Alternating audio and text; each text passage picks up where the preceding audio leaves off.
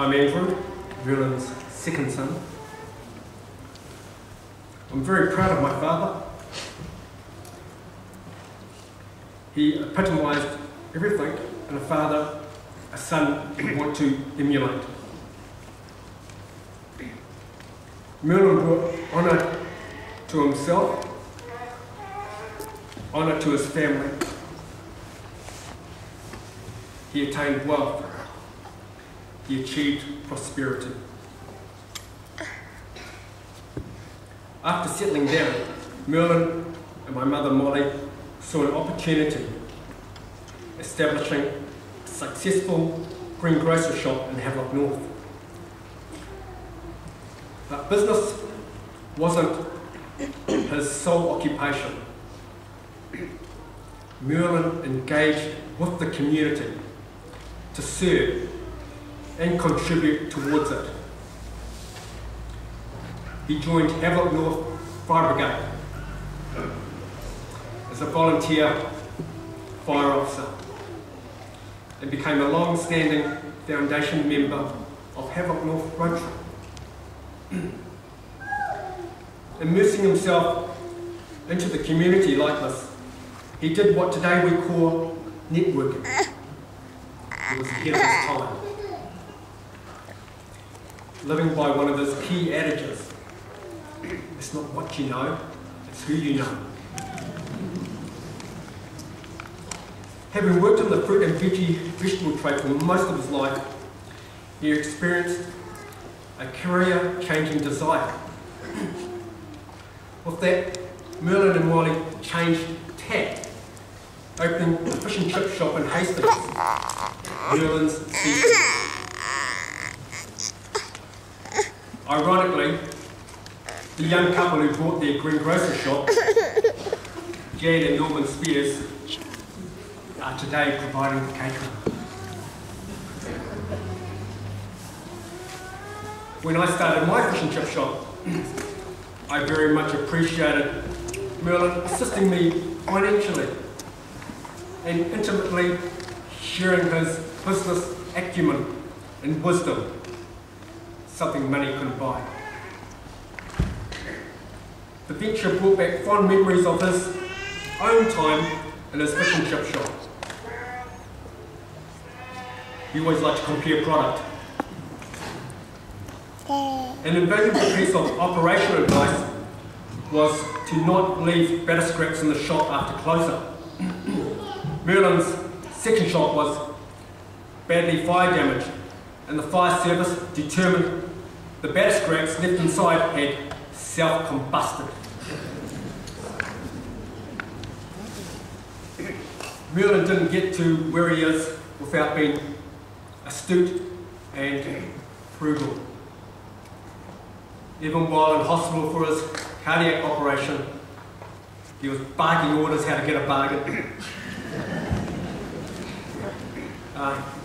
Looking forward to making lobak gul, the esteemed Chinese white turnip cake. He said to Molly, "Give me some more packets of rice flour," and sternly stipulated, "And don't pay any more than $1.50 a packet." Spirit.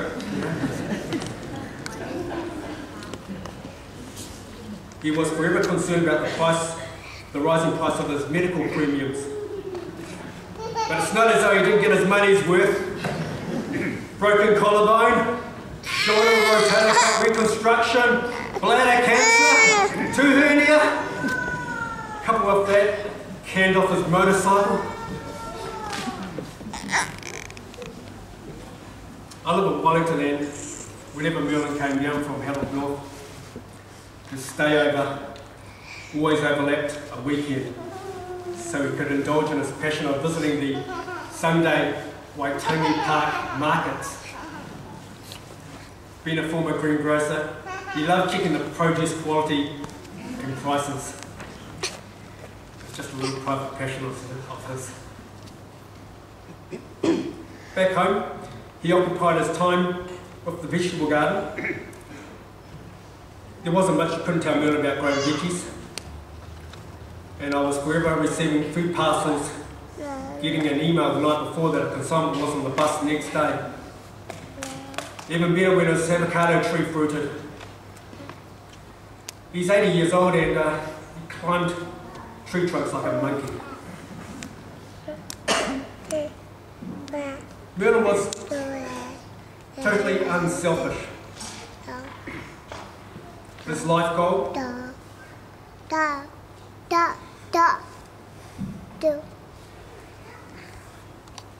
For his children to have a better life than his own.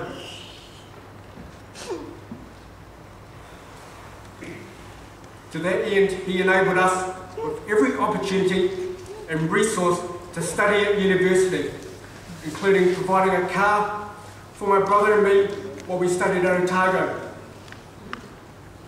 And through his vast network of contacts, I was never out of holiday work, securing work each year at the freezing works and at Unilever, driving 13-tonne pea harvesters.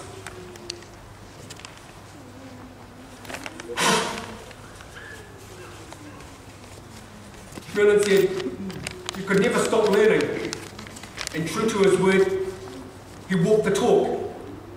After retiring, he joined Senior Net to learn how to use a computer, to search the internet and Google, and write email communications to us all.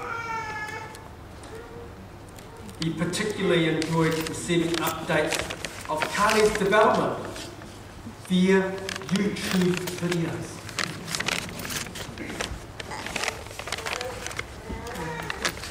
It is testament to Merlin's thoughtful unselfishness that in my later life, Merlin constantly looked for opportunities he could involve me in.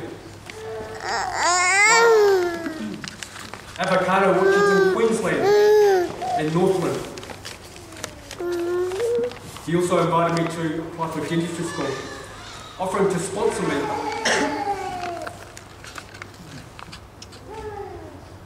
Believe it or not, Merlin was also an amateur chiropractor. In my formative years, I was afflicted with asthma. Somewhere along the way, Merlin learned the art of manipulating the placement of bones and applied the technique to my neck and back. Miraculously, it relieved my asthma better than what an inhaler could do. The name, Merlin the Magician, comes to mind.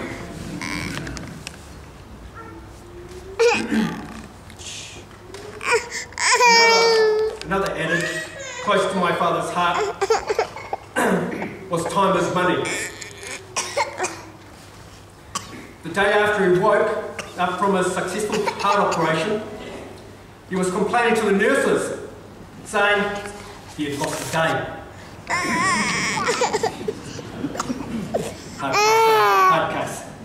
I had a quiet word in his ear to put things into perspective. Yes, Dad, you've lost a day, but you've gained 15 years.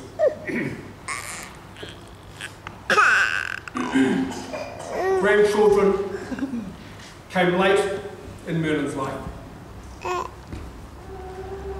I poignantly remember at Merlin's 80th birthday party just 20 months ago. He was overjoyed at having his latest grandchild, my daughter Carly, attend at only 12 days old after arriving after a 6-hour car journey from New Plymouth. It was the absolute highlight of this milestone. My wife Michelle and I will ensure your legacy for Carly will forever endure. Dad, you will never be forgotten. Goodbye, Dad. Goodbye, Yaya.